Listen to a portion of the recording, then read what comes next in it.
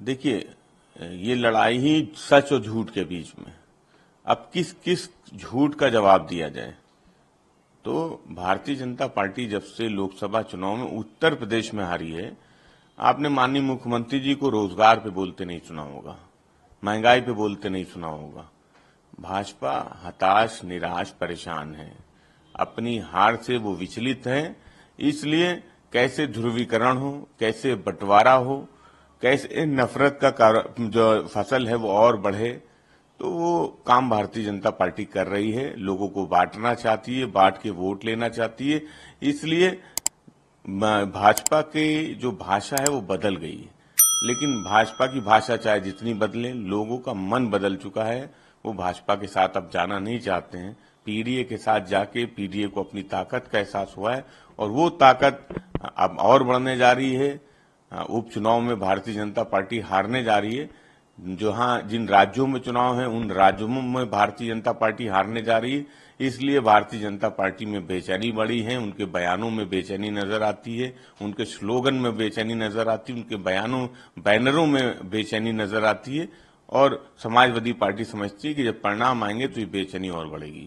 मुख्यमंत्री योगी आदित्यनाथ ने कहा कि देखिए, सवाल ये है कि आखिर कौन बांट रहा है, बांट कौन रहा है। जिनकी सत्ता है वो बांट रहे हैं। जब आरक्षण देने की बात आती है तो आप आरक्षण देते नहीं है।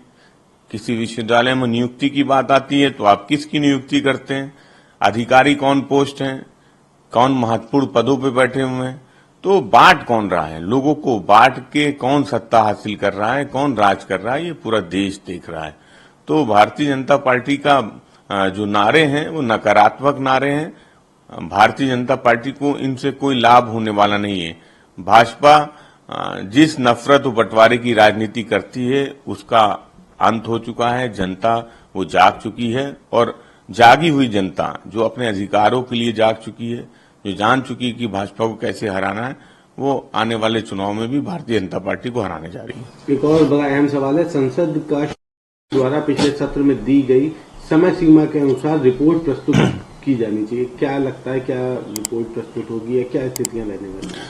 देखिए, समाजवादी पार्टी तो वक्फ संशोधन बिल का विरोध कर रही है और हमने कहा है कि हम उसका विरोध करते रहेंगे। तो जो समाजवादियों का रास्ता वो बिल्कुल साफ है। टीडीपी और आदरणीय नीतीश कुमार जी का दल, उनको ये तय करना है कि अगर भारतीय जनता पार्टी वो अल्पसंख्यकों के खिलाफ कोई बिल लेके आती है, वक्फ संशोधन बिल लेके आती है, तो उनका रुख क्या होगा।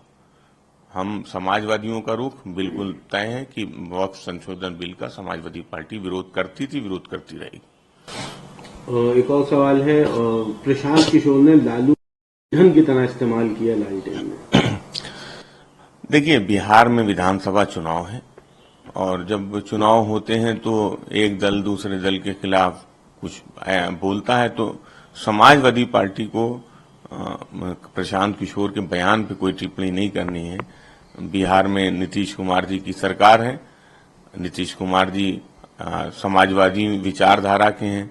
वो समाजवादियों के साथ सरकार भी चलाई है और समाजवादी पार्टी को भरोसा है कि निकट भविष्य में वो फिर से समाजवादियों का साथ देंगे। एक आखिरी सवाल है, आप मुख्यमंत्री योगी आदित्यनाथ के इस बयान के विरोध में समाजवादी पार्टी के नेता और कार्यकर्ताओं द्वारा लगातार होर्डिंग, पोस्टर, बैनर लगवाए जा रहे हैं, तो क्या ये कहा जाए कि हाँ, सपा इस नारे को नहीं काट पा रही है?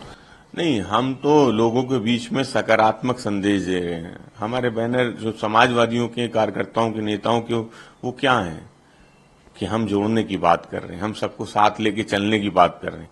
तो आखिर साथ चलने से, साथ जुड़ने से कौन परेशान है। तो ये बिल्कुल स्पष्ट है कि कोई बांट के वोट लेना चाहता है, कोई जोड़ के वोट लेना चाहता है। तो ये जनता तय करेगी कि उसको सकारात्मक सोच के साथ चलना है या नकारात्मक सोच के साथ चलना है। जनता ने लोकसभा चुनाव में उत्तर प्रदेश में तय भी किया था, फैसला भी सुनाया था। शायद वो फैसला भारतीय जनता पार्टी तक सही नहीं पहुंचा। बाई इलेक्शन का रिजल्ट जब आएगा तो जनता का जो फैसला है वो भाजपा तक जरूर पहुंचेगा।